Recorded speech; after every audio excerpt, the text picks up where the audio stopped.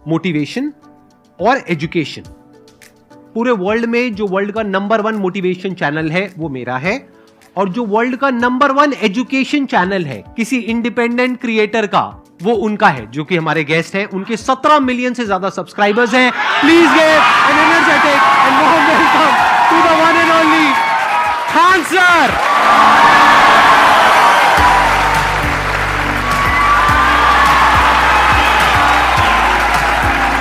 क्या हाल चाल जी, कैसे हैं आप?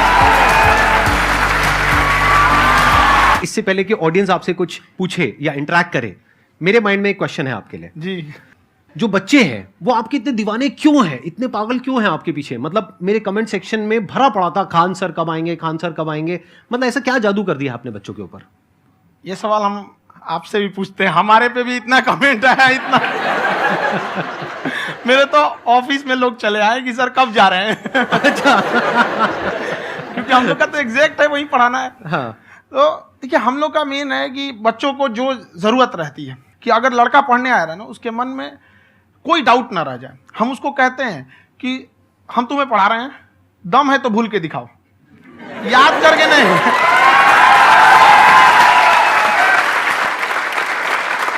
प्लस आप जिस प्राइस पॉइंट पे पढ़ा रहे हैं, आई थिंक वो सबसे कम है, वो बहुत ही कम है। सर, ये जो फीस का कल्चर है, ये हमारा इंडियन कल्चर नहीं है। हमारा इंडियन कल्चर गुरु दक्षिणा है, उस हिसाब से वो सही है। ऑक्सीजन जैसे जिंदगी के लिए जरूरी है, वैसे एजुकेशन जरूरी है। कोई ये नहीं कह सकता है कि पैसे की वजह से वो खान सर के यहां से लौट गया। क्या बात है।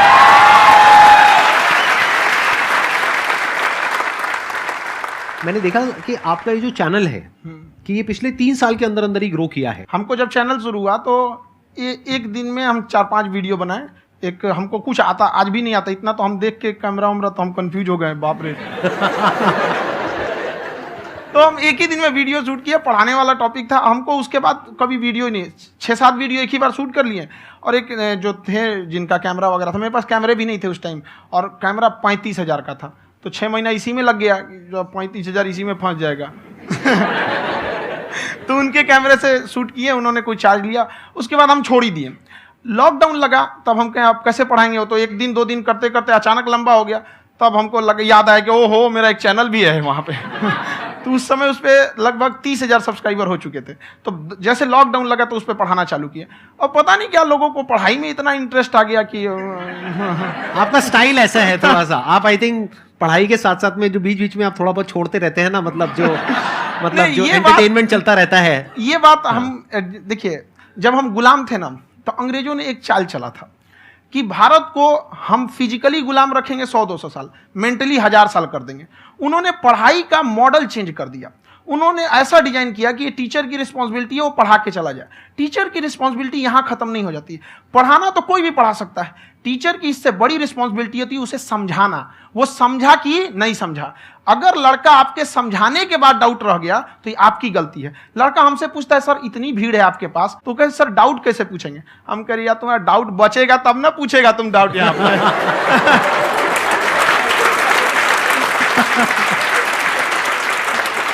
कॉन्फिडेंस नेक्स्ट लेवल है खान सर का, मानना पड़ेगा। और शायद यही वजह है इनकी जो ग्रोथ है उसका। किसी ने शायद सपने में भी नहीं सोचा होगा कि पिछले 2 साल के अंदर अंदर जो आपके चैनल की ग्रोथ हुई है, जैसे आप खुद ही बता रहे हैं कि लॉकडाउन के टाइम पे आपके 30,000 के करीब सब्सक्राइबर्स थे, आज की डेट में 17 मिलियन है। और मेरा एक क्वेश्चन और है, इससे पहले कि ऑडियंस में से आपसे कोई क्वेश्चन पूछे, कि कई बार आप ऐसे भी टॉपिक्स टच करते हैं जो थोड़े से कंट्रोवर्शियल हैं या थोड़े से सेंसिटिव हैं, जिसके ऊपर बात करने की हिम्मत आई थिंक बहुत ही कम लोगों में है। तो आपको कभी ये नहीं लगता है कि कहीं ज्यादा तो नहीं हो रहा है, इसको थोड़ा रोक देते हैं, थोड़ा कम कर देते हैं? क्योंकि कोई लाइन ही नहीं है वैसे तो बोलने को, तो आप कुछ भी बोल दो, कितना भी बोल दो। हुई है कंट्रोवर्सी बहुत बार। एक्चुअली बचपन से हमको फौज में जाना था, और फौज वालों के लिए ये सब मायने नहीं रखता। उसको करना है मतलब करना है, तुम सामने कुछ भी रहो, डजंट मैटर।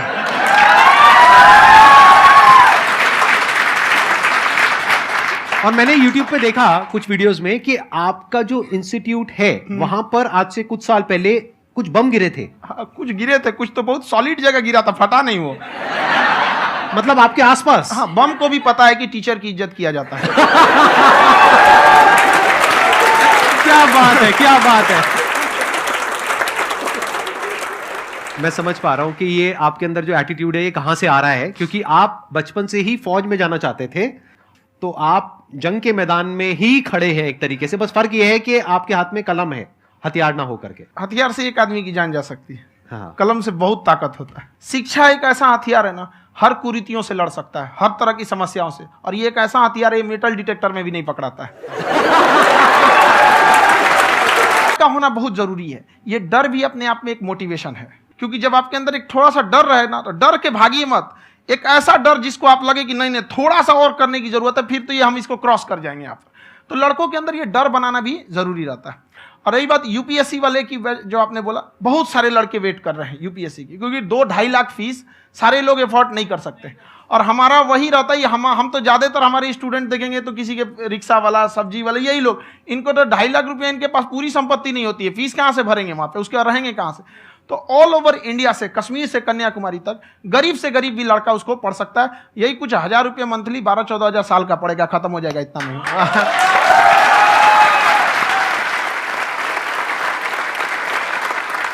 ये जो डंडे वाली बात इन्होंने कही, ये सच है? मतलब आप सच में एक डंडा रखते हो? पुलिस का ही है वो। और मारते हो? हाँ, कि मतलब अगर कोई लड़की छेड़ता है या ऐसा कोई भी उल्टा नहीं, पुल्टा काम पढ़ाई करता लिखाई है, कुछ भी गलती करेंगे तो पिटाएंगे वो यहाँ पे, कैमरे पे, ऑन कैमरा, जैसा भी रहे, कुछ भी पिटाना तो उनको फिक्स है। एक तो कोई मतलब विधायक जी थे, उनके लड़का को पीट दिए, तो चला दल बल लेके अपना वहां पे। उसने घर पे नहीं बताया था कि सर ने पीटा है, बस बोल दिया कोचिंग में पीटा है। बाद में पता चला हम पीटे हैं, तो उसके पिताजी मेरे सामने और पीटे।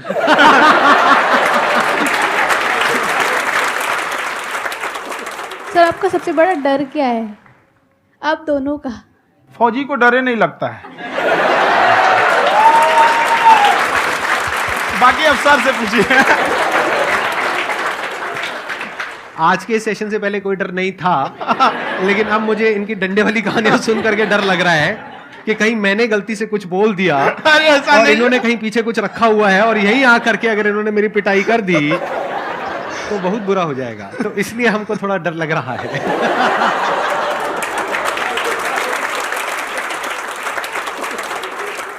आपकी डेली कितने घंटे क्लासेस होती हैं? 6-7 घंटे। अभी भी खुद ही करते हो आप? हाँ, जो भी हमारे classes स्टाफ करते परेशान रहते हैं। हम 1:30-2 बजे सोते हैं, सुबह 6 बजे उठ जाते हैं, परेशान रहते हैं। हो? यार इतना क्यों करते हो, है ना? कभी तो उनको भी साथ साथ लगना पड़ता है ना? उनको साथ साथ लगना पड़ता है। हम जग गए तो कोई सोया थोड़ी रहेगा, परेशान रहता, दिन में सोते ही नहीं है बेचारा, कहीं कहीं जाके सोते रहता है। तो हम सीट बांध दिए कि भाई तुम इस समय सो जाना, तुम इधर सो जाना। आपकी शादी हो गई या नहीं हुई अभी? मेरी खुशहाली देख के आप आइडिया लगा सकते हैं।